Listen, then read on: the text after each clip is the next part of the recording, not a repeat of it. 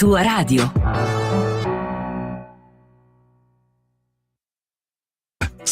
Va ora in onda Sic et Non. Ripartiamo dal buonsenso contro il politicamente corretto di oggi con Marco Tognini.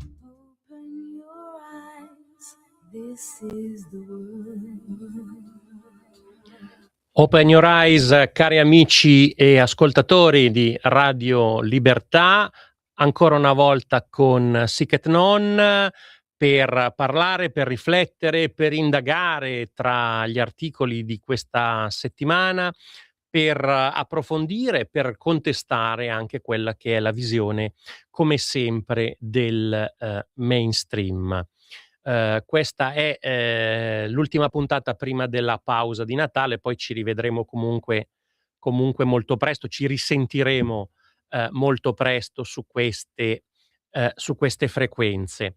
Che dire, innanzitutto questi sono i giorni in cui si dibatte molto e comunque c'è un grande fermento in riferimento alla soluzione finalmente definitiva di Matteo Salvini dall'accusa paradossale di sequestro di persona per le note vicende. Matteo Salvini anche dalla Cassazione è stato assolto e quindi diciamo almeno da questo punto di vista anche la magistratura ha certificato che difendere i confini non è e non deve essere reato. Certo, molto ancora resta da fare. Abbiamo parlato nelle scorse puntate anche della riapertura, diciamo, dello spazio europeo per i cosiddetti paesi, diciamo, paesi liberi, diciamo, i paesi in cui effettivamente c'è la possibilità di estradare, c'è la possibilità di respingere i cosiddetti paesi sicuri, che cominciano comunque ad essere in buon numero e che danno fiato, danno corpo all'idea comunque dei CPR anche in Albania, un'idea che poi finalmente con un lavoro diplomatico importante comunque dal nostro governo è stata finalmente fatta digerire e fatta sposare anche dalle istituzioni europee. È un lavoro assolutamente meritorio, ma insomma i cittadini vivono una realtà che potremmo definire financo drammatica, soprattutto in certe città, per quella che è comunque un'immigrazione incontrollata che ha portato a vere e proprie zone franche in determinati capoluoghi, zone franche dove comunque alle regole un po' del vivere civile si affianca spesso o si sostituisce la Sharia e la prepotenza comunque di determinate comunità straniere. Abbiamo visto un dato che ci ha comunque preoccupato. Siamo partiti dalla vicenda di Mohammed Shaheen, che è l'imam di Torino, liberato dai giudici il 15 dicembre scorso. Ricordiamo cosa aveva detto sul 7 ottobre, ma dopo ci torniamo. Il dato che vi volevo dare è che dalla nascita di questo governo di centrodestra ad oggi sono stati espulsi circa 200-215 estremisti islamici radicalizzati con particolari rapporti anche con reti insurrezionaliste e o terroriste. Questo dato certo non è una remigrazione, non è un respingimento, ma fa capire 215 vuol dire mal contati più di 1 a settimana da quando c'è questo governo. Quindi comunque intanto c'è un impegno per andare a cercare i capi, gli elementi comunque che rischiano di inquinare l'ambiente nelle nostre città, ma è comunque fonte di grande preoccupazione. Fonte di grande preoccupazione perché vediamo questi imam che uniscono ovviamente all'elemento religioso quello che è un po' l'elemento teocratico e di mobilitazione poi della vita del credente in tutte le diciamo in tutte le situazioni della vita, ecco. Quindi sappiamo benissimo che è un messaggio, quello islamico, totalizzante, che non lascia spazio, diciamo ad altre situazioni laiche nella vita delle persone, e a maggior ragione non lascia spazio ai non credenti o ai cosiddetti infedeli. Oggi, ehm, ripercorriamo anche e soprattutto la vicenda di Mohammed Shaheen, che è un caso esemplare, ma possiamo farne altri. Io ricordo, se non sbaglio 1 anno fa, era stato espulso, Zulfikar Khan, che, era, niente po' di meno che l'imam di Bologna, legatissimo proprio ad elementi insurrezionalisti, ad elementi, di, estremismo e, potenzialmente anche terroristi.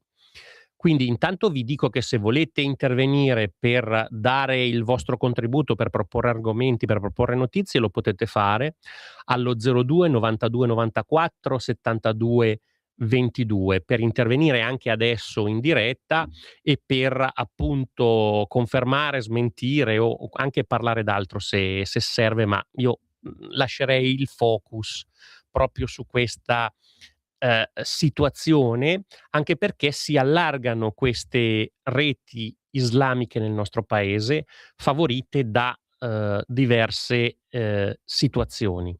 Favorite intanto da un finanziamento che arriva dai paesi islamici, dai paesi del Golfo, ma anche da finanziamenti interni all'Unione Europea. Cosa abbiamo scoperto? Ad esempio, che c'è un rapporto europeo ispirato appunto dalle forze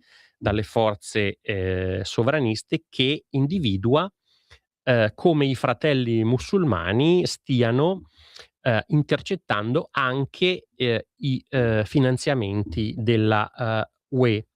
In Europa l'allarme islamismo è alto, in Italia molti fanno ancora finta di non vedere, ma le istituzioni UE danno sostegno all'Islam politico, anche nelle pubblicità, come abbiamo visto nel recente passato, e a volte anche finanziamenti con le campagne per il velo o contro l'omofobia, o anche dentro progetti come Erasmus.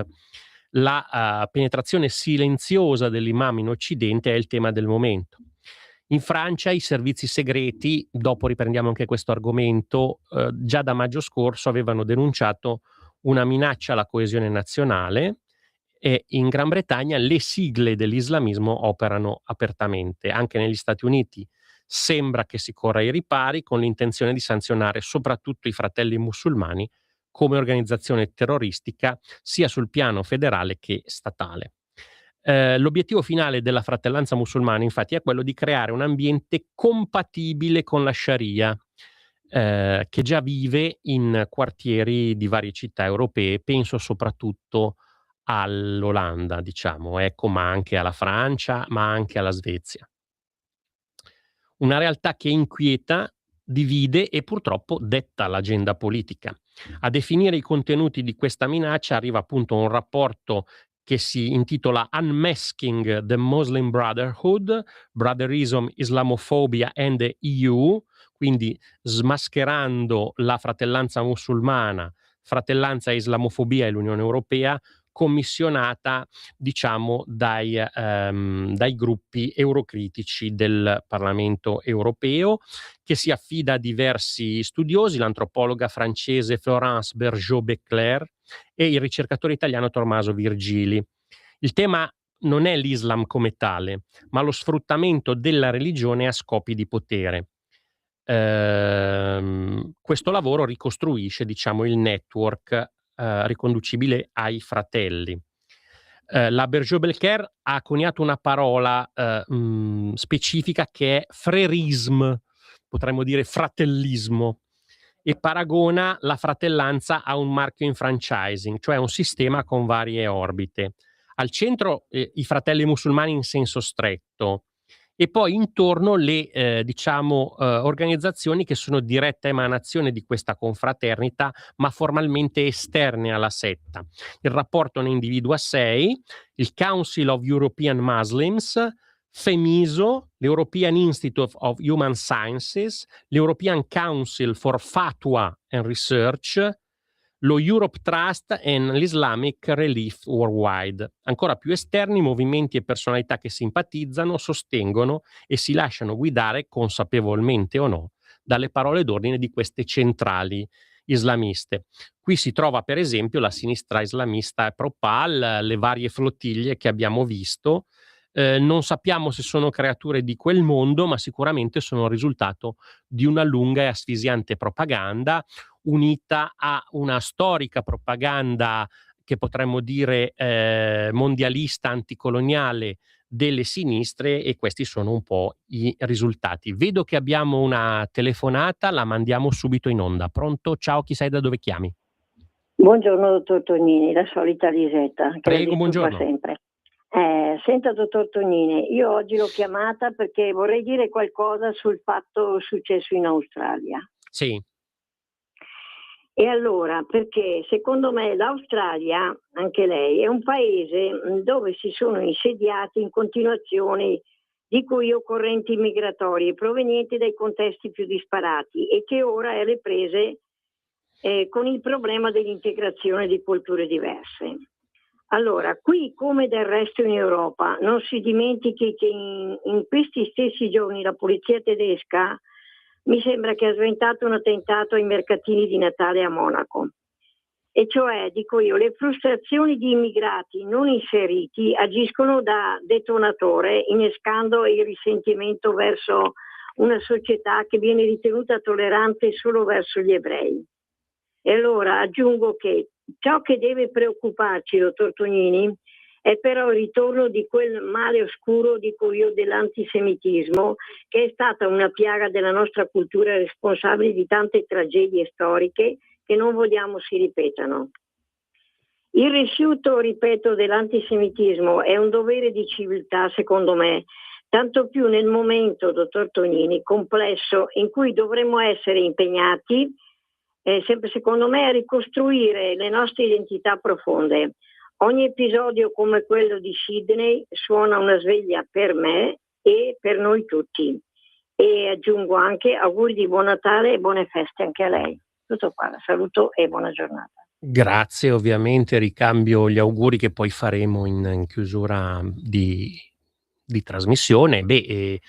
L'Australia è un paese molto interessante perché è un paese di natura, di formazione occidentale, ma nato soprattutto con l'immigrazione. È un paese che fronteggia comunque in maniera molto rigida, anche se ultimamente insomma ci sono dei governi di stampo laburista che hanno un po' cambiato questa narrazione, però che fronteggia in maniera molto forte l'immigrazione, a maggior ragione l'immigrazione clandestina, a maggior ragione la penetrazione di elementi jihadisti. Tra l'altro, proprio per la collocazione geografica l'Australia vive tutta una serie di problemi e di relazioni molto particolari e non sempre facili con tutto il sud-est asiatico, col mondo cinese, con il mondo dell'Indocina, ovviamente anche con il Giappone e con tutta quella parte poi, diciamo del sud-est asiatico, a cominciare per esempio dall'Indonesia, che vive, diciamo una penetrazione islamica molto forte e anche la presenza di, movimenti, ehm, diciamo insurrezionalisti e movimenti comunque, jihadisti come per esempio Abu Sayyaf. Per cui, dall'Australia ci saremmo aspettati comunque reazioni diverse. Io ogni tanto mi preparo per la radio, non sempre le leggo, delle domande, retoriche. In effetti sull'Australia un paio di domande retoriche mi erano venute. La prima è, ad esempio: perché per il governo australiano il pakistano che ha compiuto la strage di Bondi Beach non era un pericolo per la pubblica sicurezza, mentre lo era invece Novak Djokovic in quanto non vaccinato, senza voler fare il Novax, però questo è un fatto. E ancora, la strage di Bondi Beach è forse il ringraziamento islamista all'Australia per aver riconosciuto la Palestina? Perché spesso si è detto che questi riconoscimenti dovevano servire anche a calmare, a tacitare, a calmierare quelle che sono un po' la situazione bollente in certi paesi delle comunità islamiche. Così evidentemente non è stato. Ho anche un'altra domanda retorica, ma direi che ne parliamo più tardi, magari la lanciamo in chiusura. E vi dicevo del caso di Shaheen, diciamo. Le autorità di polizia lo avevano definito, badate bene, una minaccia concreta, attuale e grave per la sicurezza dello Stato.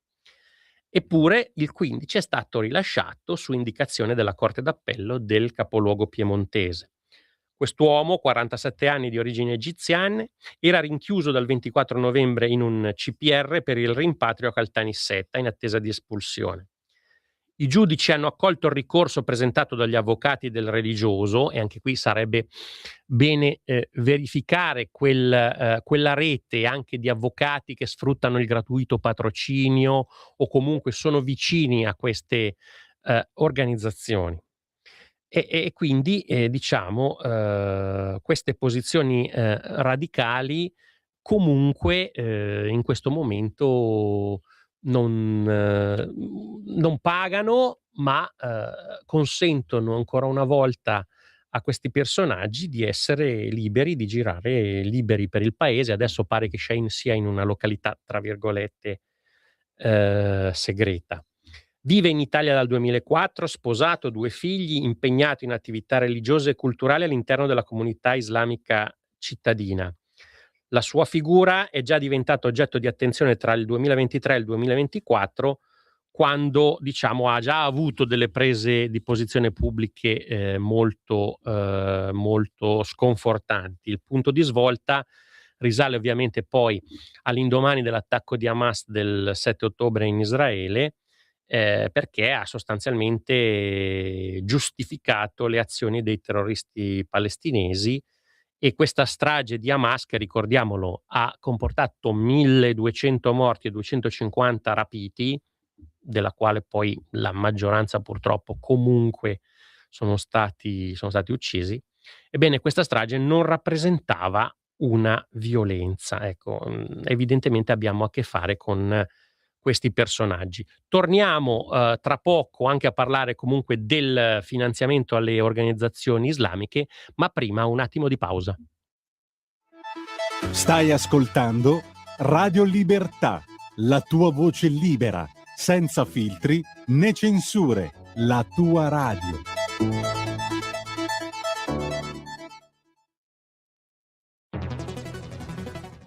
Migliaia di notizie ci raccontano i fatti che accadono in Italia e ogni giorno c'è una voce fuori dal coro. Quotidiano di Sicilia, il quotidiano d'Italia, l'informazione che ribalta i luoghi comuni, una vera visione dei fatti, l'Italia vista da sud. Ogni siciliano che vive in Italia e nel mondo è una risorsa, è protagonista della crescita della nostra nazione. Dai forza alla crescita della nostra isola, abbonandoti al QDS digitale più archivio a soli 99 euro anno. Quotidiano di Sicilia, il quotidiano d'Italia, una scelta di valore.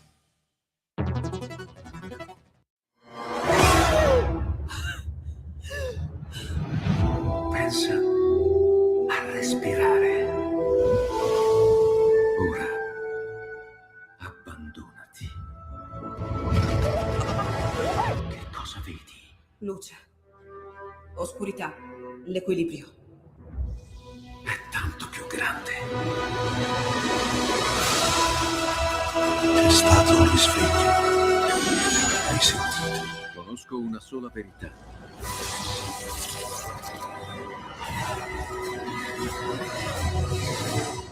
Movie Time ti fa entrare nel vivo del cinema, ti fa sentire come se fossi tu il protagonista del grande schermo.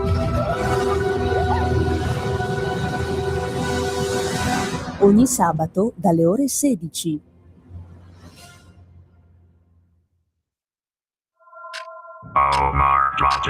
In Europa e in tutto l'Occidente la libertà di espressione è in pericolo, minacciata dal politicamente corretto. Ecco perché servono spazi in cui coltivare ancora il pensiero critico.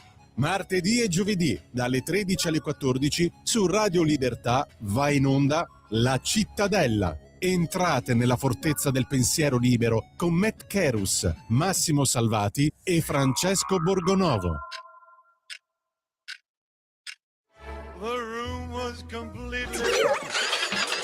Stanco di perderti i tuoi programmi radiofonici preferiti? Vorresti la tua musica, le tue voci amate sempre con te, ovunque tu vada? Radio Libertà, l'applicazione che trasforma il tuo smartphone e tablet nella tua radio personale.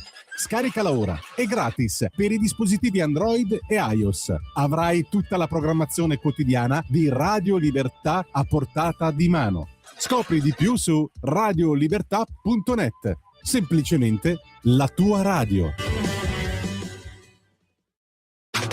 Stai ascoltando Radio Libertà. la tua voce libera, senza filtri né censura. La tua radio.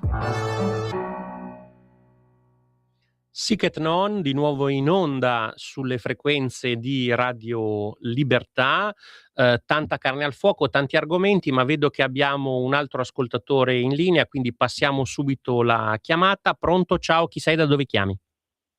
Pronto, buongiorno. Buongiorno Mi a lei. sente? Prego, mi dica pure. Sono Enzo e chiamo da Roma. Io volevo soltanto, ho una certa età avanzata, capire il problema del processo di Salvini. Cioè, in primo grado la procura passa direttamente in Cassazione, ma non c'era una volta primo, secondo e terzo grado della Cassazione. Cioè, non riesco, c'è qualcosa che mi sfugge in questo ragionamento. Se lei può, per favore, chiarirmelo meglio.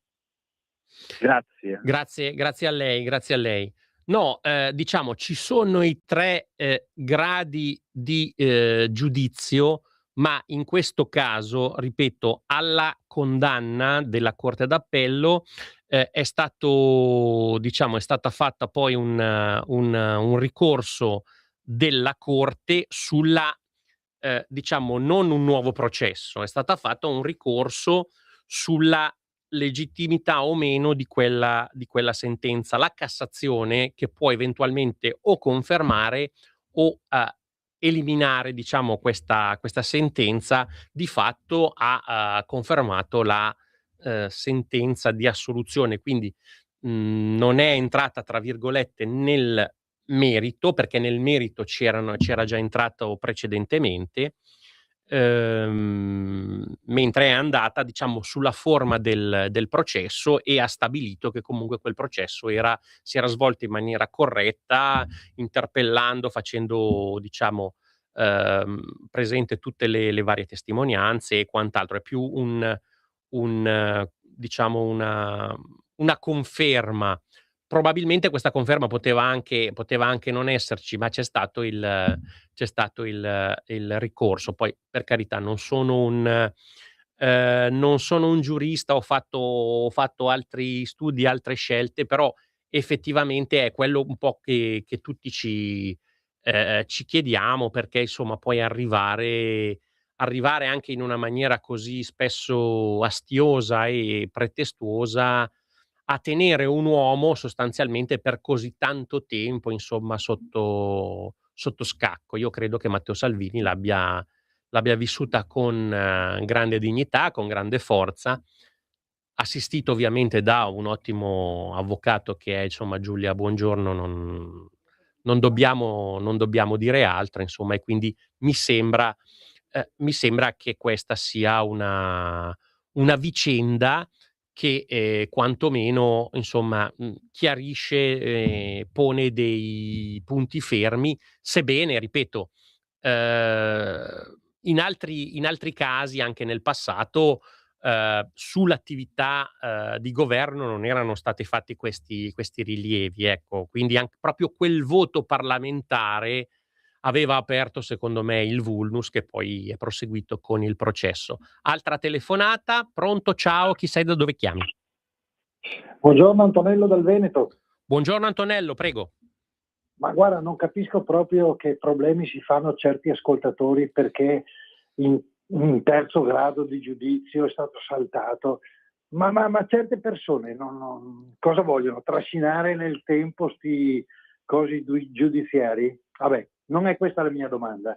La mia è un'altra. Si parla adesso nei telegiornali dello sgombero che sta avvenendo di quell'associazione criminale islamica piemontese, no? Sì. Ci si chiede perché la gente non va più a votare.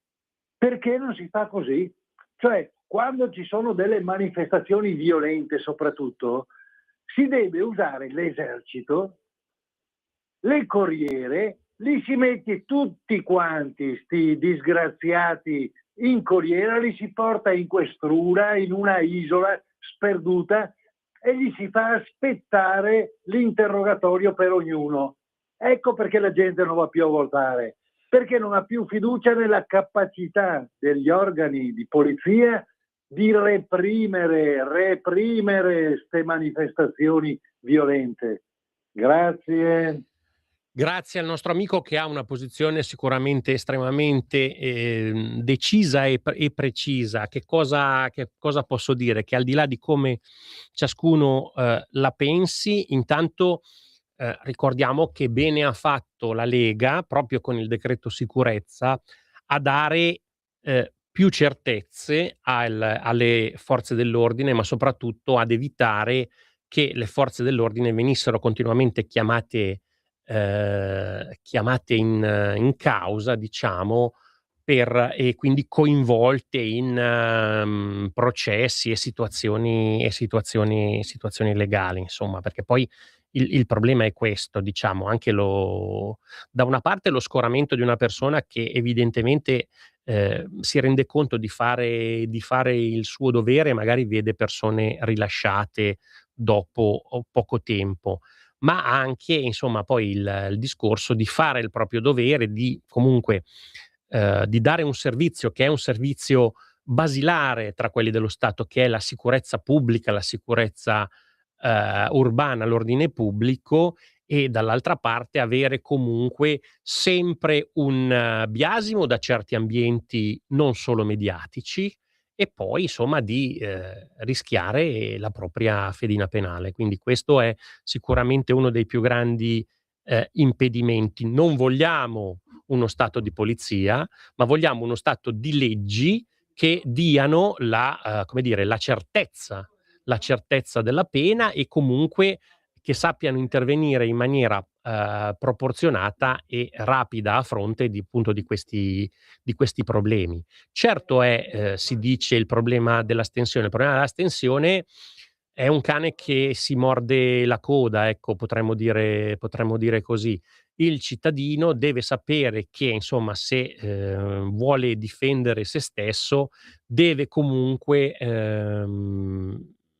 cercare, anche se magari non trova la persona in cui può identificarsi, comunque deve impegnarsi, valutare le notizie, purtroppo anche cercando di districarsi tra la propaganda che esiste sempre, e intervenire. Certo, perché, ripeto, perché anche se non ti occupi più di politica, la politica e tutto il resto del mondo continuerà a occuparsi di te. Non è solo uno slogan, ma insomma è una situazione. Poi è chiaro che la politica non risolve tutte le situazioni, il cittadino si deve mobilitare spesso e volentieri, però il peso dell'opinione pubblica è fondamentale, altrimenti vincono le lobby, le parrocchiette, i gruppetti o gruppuscoli, magari anche di stranieri, che vanno a colonizzare anche le forze politiche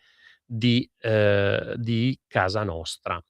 Io proseguo proprio perché in casa nostra c'è questa penetrazione molto, molto preoccupante, e in riferimento al rapporto di cui vi parlavo, no, vi dico che le reti di questa fratellanza musulmana si adattano ai vari contesti e benissimo si sono adattate alle istituzioni europee, che per incomprensione o ideologia spesso hanno finanziato o legittimano soggetti legati all'Islam politico, che sotto, diciamo, le mentite spoglie del moderatismo di progresso seguono un'agenda che potremmo definire quantomeno illiberale, ecco.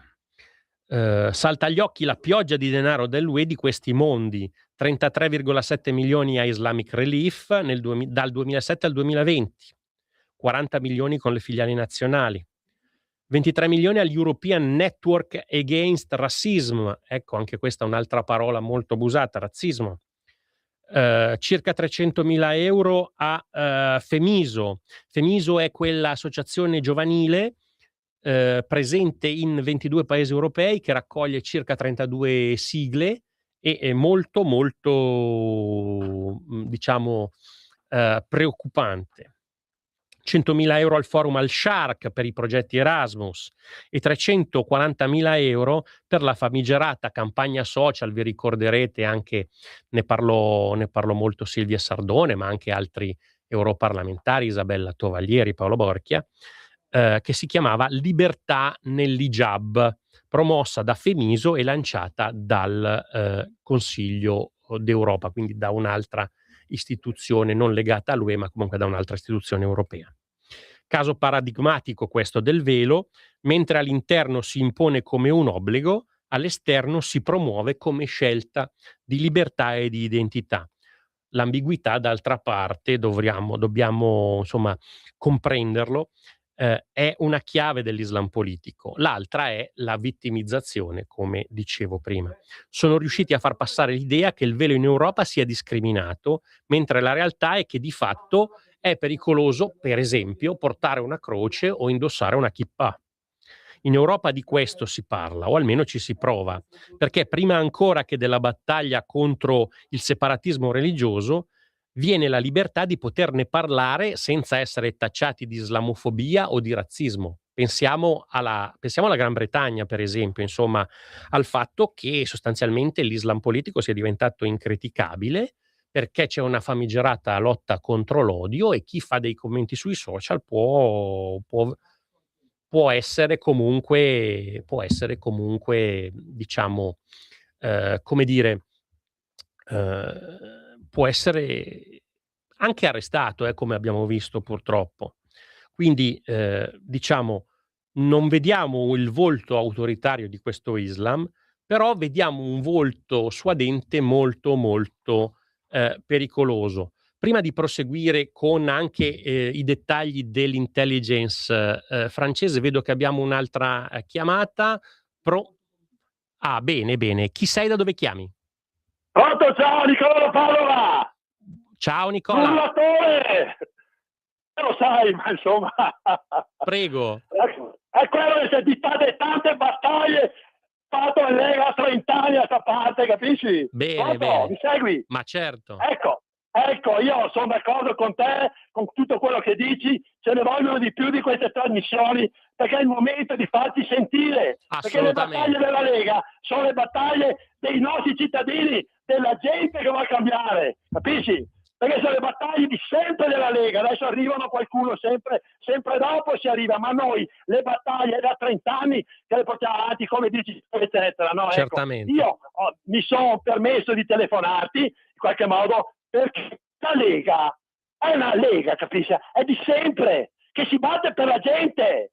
Sono battaglie di sempre del popolo, di chi in qualche modo è stato sfruttato, è stato in qualche modo messo nel condizione di non poter essere più libero, capisci? Di poter svolgere il proprio lavoro in libertà, quel rapporto proprio di comunità, di rapporto con le proprie rappresentanze, con le istituzioni, cioè quello che dovrebbe essere una società libera. Una Ti società ringrazio. dove il cittadino si apporta i propri rappresentanti in comune, perché la Lega parte dalle piccole comunità, dai comuni. Questa è la Lega, la nostra Lega è sempre questa.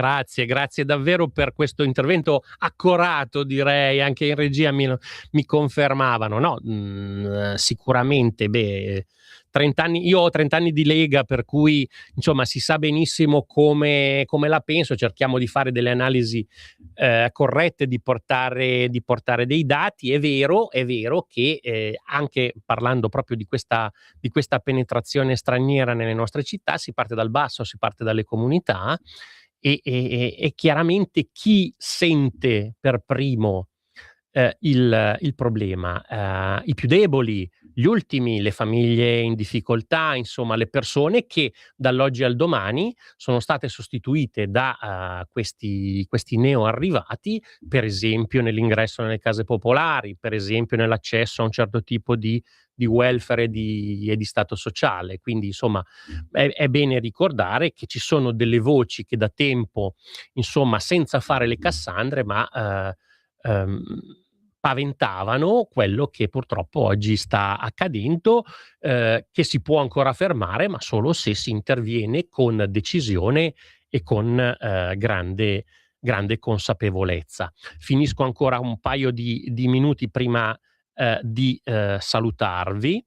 E c'è questo rapporto proprio dei servizi francesi che è uscito credo a maggio, in cui si parla di diverse centrali in Italia, addirittura 280 associazioni legate al movimento dei fratelli musulmani, che inquadrano la loro vita in vari settori: culturale, caritatevole, scolastico, professionale, giovanile, anche finanziario, attraverso per esempio quella che è la zakat, cioè sostanzialmente la beneficenza tra virgolette islamica. Che cosa diciamo si dice? Non si creano grandi situazioni, ma si vogliono mettere in atto ecosistemi locali in cui il fulcro diventino le moschee, i centri culturali, le scuole coraniche, su cui ci sono investimenti per diffondere questi dettami. Diciamo i finanziamenti li conosciamo, che poi passano per norme sociali che si impongono, ripeto, in questo ambiente, in queste diciamo situazioni. Come avviene questa diciamo l'imposizione di questa agenda? Non entrando per esempio anche in politica direttamente, ma esercitando una pressione crescente, insomma, nelle situazioni locali, diciamo, con la mobilitazione del loro elettorato nelle zone dove c'è appunto grande astensione, nei quartieri popolari, la distribuzione di istruzioni di voto, la negoziazione di misure comunitarie sui programmi elettorali, la piscina, lo spazio riservato, voi sapete benissimo, l'ottenimento di posizioni locali, mandati comunali, gestione di società sportive, sindacati, organizzazioni di edilizia popolare. Il carattere sovversivo in realtà arriva dal fatto che mira a cambiare l'ordine politico e sociale, e quindi promuove la diffusione poi in Europa di queste situazioni.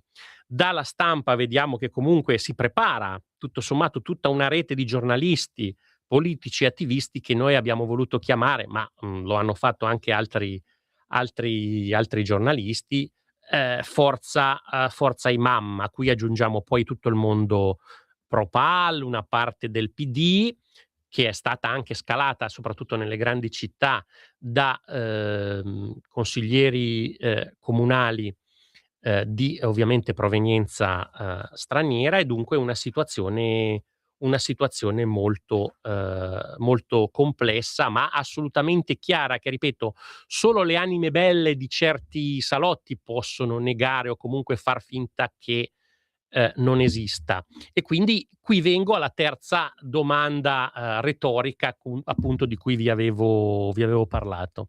La domanda retorica è questa, e vi lascio poi anche con i doverosi auguri, cerchiamo un po' di stemperare, ma la domanda è questa: ma se i grandi media continuano a dire che il problema è l'islamofobia, o come il sindaco di Milano Sala, c'è addirittura il fascismo nelle strade, ma perché abbiamo un bisogno di barriere di sicurezza nei mercatini di Natale e non, per esempio, davanti alle moschee?